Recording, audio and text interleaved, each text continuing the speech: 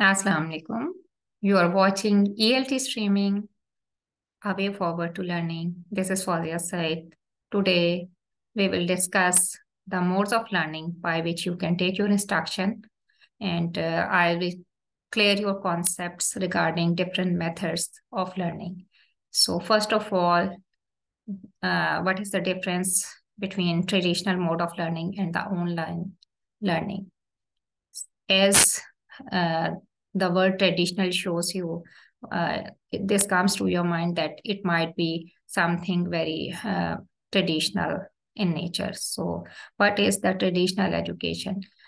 When we talk about the traditional mode of learning, it refers to the teaching learning process that takes place in a classroom where both teacher and students are physically present. So, first of all, the basic requirement is a place already decided, a classroom and an institution, and then the physical presence of the students and teachers.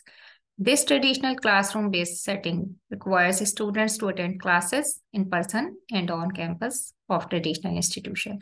So these are the basic requirements: physical presence, um, timing, and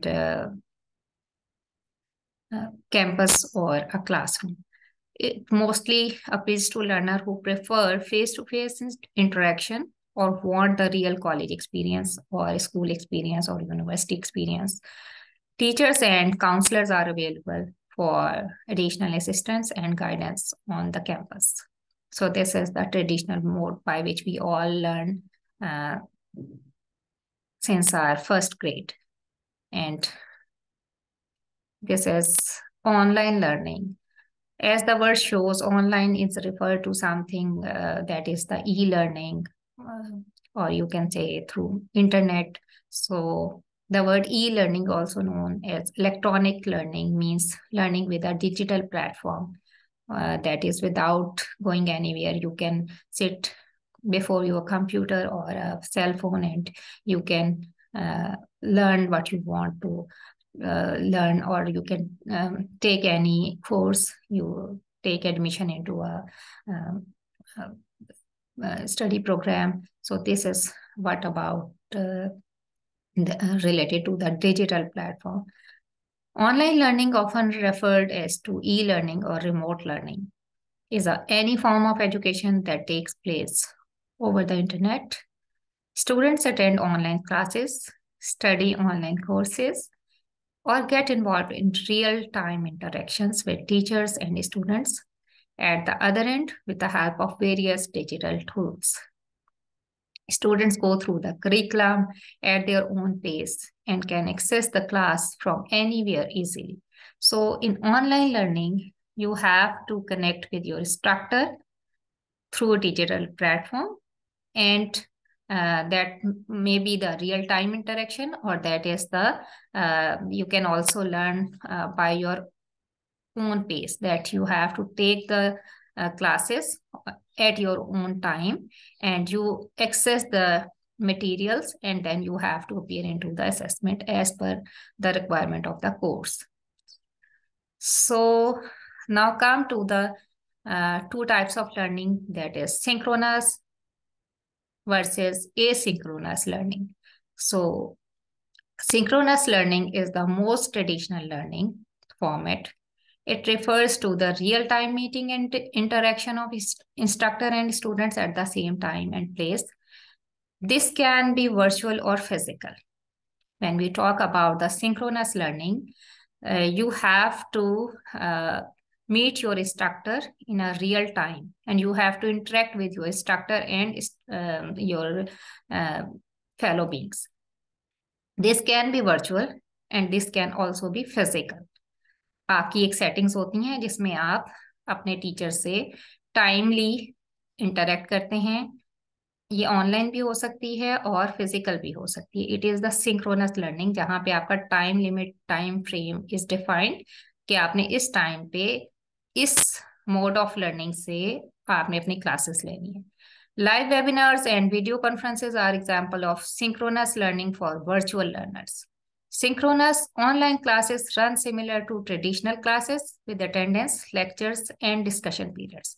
So in this type of learning, you have to interact with your classmates and your instructor, and you have to mark your attendance and take your lectures, number of lectures which have been already given to you, the schedule of the lectures, and the discussion periods are also there as in the traditional classroom. So this is the synchronous learning. Now we will look into different advantages and challenges of the synchronous learning. Synchronous learning is spontaneous and immediate. Social interaction is there in this learning, that you have to interact with your instructor and your fellow beings. It is disciplined, that time frame is already decided and the place is already decided, or any platform, if you are going to take digital classes, so it is also planned. Fast information exchange and maximum participation. So there are group discussions and you get the maximum chances of participation in this type of learning.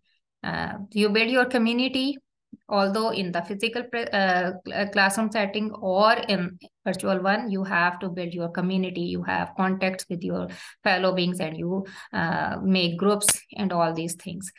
And it also boosts your confidence, and you can get your immediate feedback from your instructor.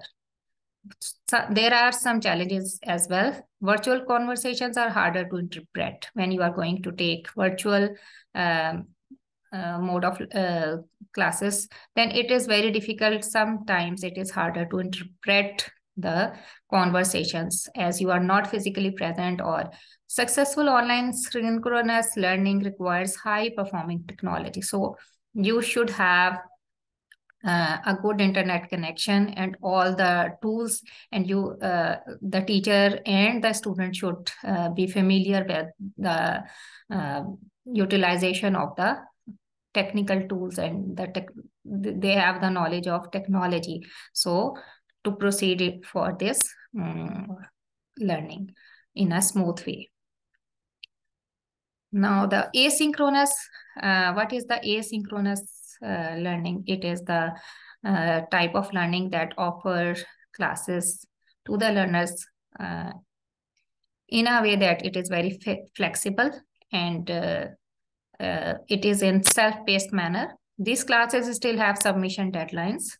Students can connect with materials, peers, and instructors on their own schedules, often over an extended periods of time. Teachers may prescribe or order of operations for the materials, but learner can often choose how much or how little they spend on that area. They also incorporate self-guided lessons, workshops, and shared files. Many students find asynchronous environments more comfortable for certain types of learning, though participation expectations may actually be higher in this format than in others. So in asynchronous learning, you are not supposed to take your lectures on a given time period or interact with your instructor and fellow beings. Materials are there, and you are allowed to access that LMS or anything, any platform that is allowed from the institution. You access the materials at your own pace, at your own time, at your own feasibility, and then you have to take the material and the assessment activities that are already planned by your institution, or the course requirements. So in this type of learning, you also have to submit your assignments, and you have to meet the deadlines for your activities. But you have to connect with materials or your instructor via any mode as per your convenience. इसमें ये फर्क होता है कि आप material तक access आपको दी जाती है, आपने अपना शेड्यूल सेल्फ मेड पेपर्स का भी डेट शीट डिसाइड करनी होती है, and you have to attempt the activities. For example, you have given a week to complete an activity, and then you have to submit. So it's up to you that when you want to log into your LMS or any platform, and then you have to submit your assignment. तो ये आपकी अपनी feasibility के लिए होती है, लेकिन इसमें भी डेडलाइंस होती हैं और आपको उसके हिसाब से आपकी ग्रेडिंग स्कीम बनाई जाती है. Now we will look into some advantages and challenges of this type of learning as well. Students learn at their own pace. So it is the biggest advantage for those who are working or who are busy in some other activities, for example, housewives or the persons who are who want to improve their qualification and they are busy in their jobs or they are committed somewhere else. So they can learn at their own pace. They can access to materials at their own time. More time to reflect on and or engage with materials. So it's up to you that if either you are not familiar with the materials, you have to read or you have to engage with the materials again and again. It is accessible to a diverse range of students, so there is no age limit and the area limits, and there are multiple type of students from diverse range. They are connected with their course in this type of learning. All types of learners have equal access and attention. So the materials are present over there and they are for all type of learners, and it's up to you that how can you access and you give your attention to those materials and complete your activities in a certain time frame. Work, it's more cost effective and manageable for instructor.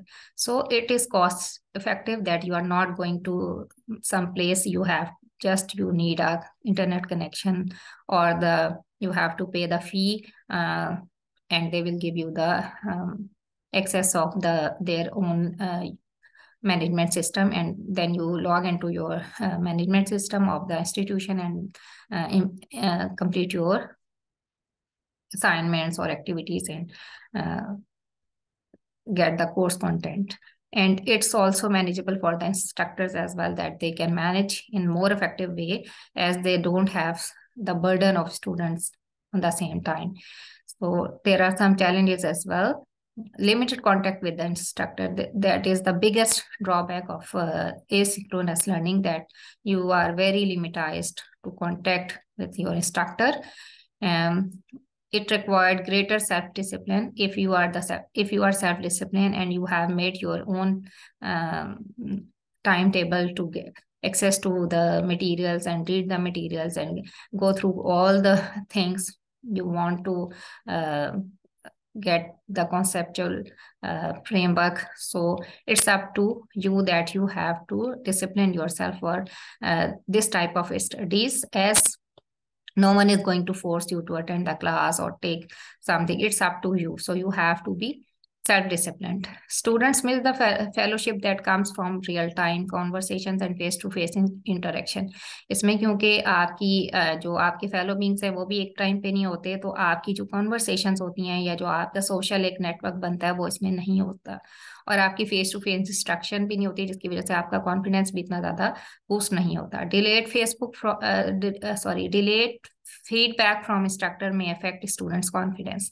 So when you are going to complete an activity and you are not contacted directly with your instructor at the same time, and you didn't get the feedback on that activity, so it also affect your confidence or the motivation level. So self-discipline and self-motivation is needed in this regard. This is for today. I try my level best to bring something new for you in the next video. Take care of yourself and this channel. Allah Hafiz.